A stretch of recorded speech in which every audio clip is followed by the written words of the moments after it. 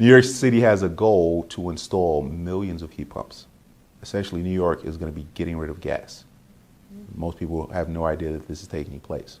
So literally, there will be a need to install millions of heat pumps over the next few years. By the year 2050, they want to reduce greenhouse gas emissions in New York by 80%. The only way that can happen is to get rid of gas. I looked at the boiler situation. It's an older unit. It's working, but it's seen better days. So you got steam, radiators along the lower facilities, and then walking up from the sub-level, there's steam radiators on the wall. But then there's also air handlers. So these are ducts right here. So everywhere from the basement level where you have the basketball court and the kitchen, you have these large air handlers going around the perimeter of the room. And then once you get up to the daycare level, you also have air handlers that are not being used. They probably spent about $30,000, $40,000 installing those heat pumps. They could have just connected that to that air handler and been providing heating and cooling to the entire space.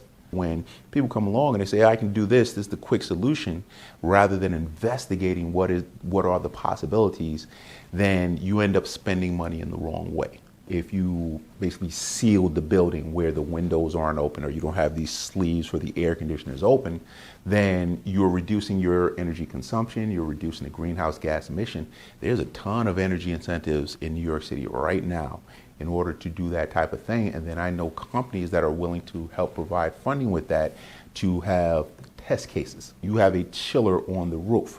That chiller is an absorption chiller, which can flip over from heating to cooling. That, you have, two lines that are coming to the back of the church that I saw over there. And that is, it can basically go to the air handlers inside of your internal spaces.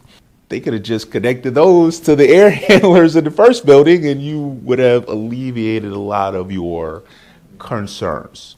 So I'm looking at this from a couple of different perspectives. I can imagine, I know you spent at least $300,000 for the cooling tower and the chiller, and probably more than that.